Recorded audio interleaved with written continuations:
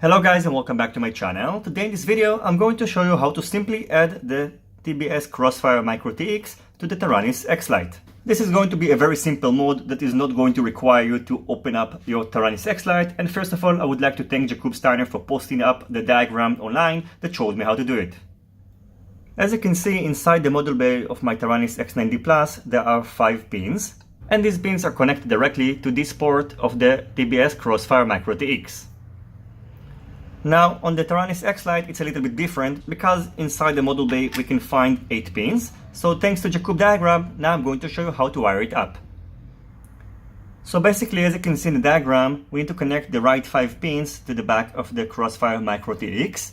This is going to be pin number 1, 2, 3, 4 and 5, and they need to be connected respectively to port number 1, 2, 3, 4 and 5, and it's important not to mix anything up because you might burn your Crossfire Micro TX. This is the adapter that I've prepared. You can also use 2 servo connectors and you can connect it on the back, but actually after testing this out, I think that the best method is to use a balance connector because you can see when it's connected to the back, it's pretty well secured. Whereas this connector, as you can see, can be attached very easily and you don't want to happen in the middle of your flight. On the other side of the adapter, we can find these 5 pins that fit inside the Crossfire Micro TX port. I'm going to put some links to these parts in the description box down below, but if you have some servo connectors lying around at home and some straight pin headers, you can make your own adapter, so you can just place it inside like that, and just make sure that the pins are long enough, otherwise they're not going to fit properly inside the Crossfire Micro TX.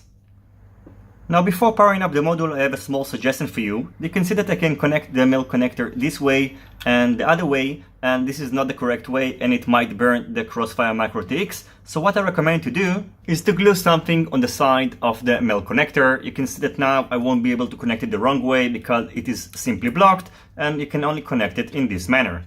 The next thing we need to do is to connect the female connector to the back of the X-Lite. Again, it's recommended to use this balance connector because it's going to be more secured on the module bay. Simply connect it like that. Don't forget to connect the antenna because now we are going to power on the module and it's not recommended to power on the module without an antenna. Then turn on your Taranis X-Lite.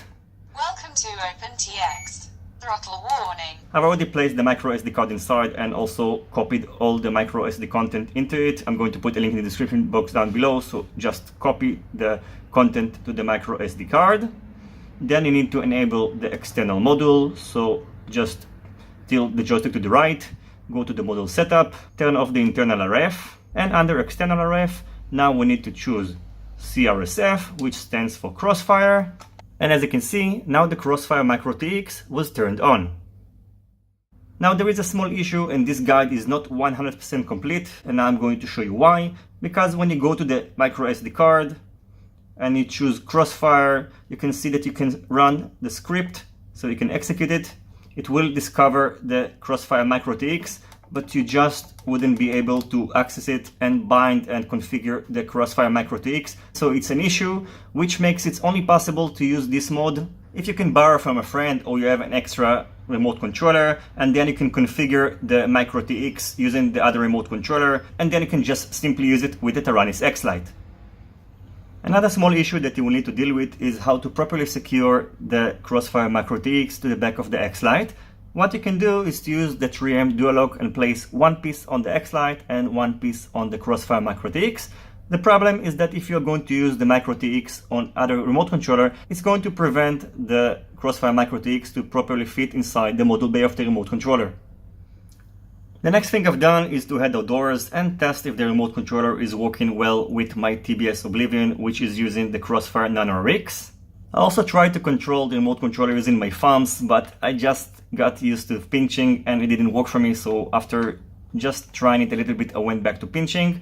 And as I mentioned in my review of this remote controller, this is not a very good remote controller for pinchers, so I did try thumbing and it's just not for me. As I mentioned before, this guide is not 100% complete because of the issues configuring the Crossfire Micro RX and TX using just the X-Lite. So if this is not the only remote controller that you have, it might be enough for you, but if you are planning to buy the Crossfire module and use it just with the FrSky X-Lite, it's not going to be enough.